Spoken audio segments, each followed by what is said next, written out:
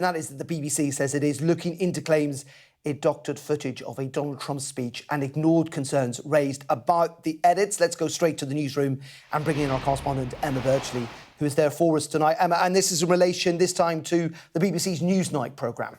Yeah, but it's the same speech by Donald Trump that we're talking about, a speech he gave in January of 2021. Now, what happened on Panorama this time last year it aired was that a chunk was taken out. It suggested that Trump was going to march with his supporters on the Capitol building and fight like hell. Now, when that emerged, it prompted two serious resignations. The Director General of the BBC, Tim Davie, and also Deborah Turness, who is the Chief Executive, or was the Chief Executive of BBC News. It also prompted an apology from the BBC chair, Samir Shah, who spoke of an error of judgment. So that was Panorama. Now we discover that that same speech was edited and shown on Newsnight 2 years before, so in 2022.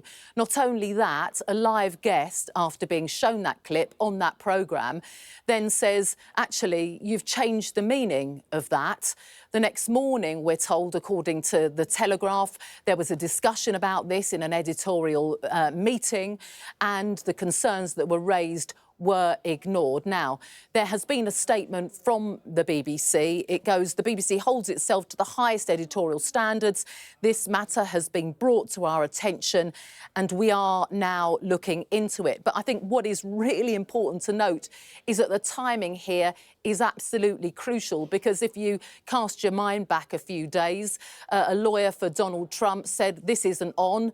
We need an apology. There needs to be a retraction for what was described as the false, defamatory, disparaging and inflammatory statements. And there was a threat to sue the BBC for $1 billion. And a deadline was given. That deadline is tomorrow at 10 p.m.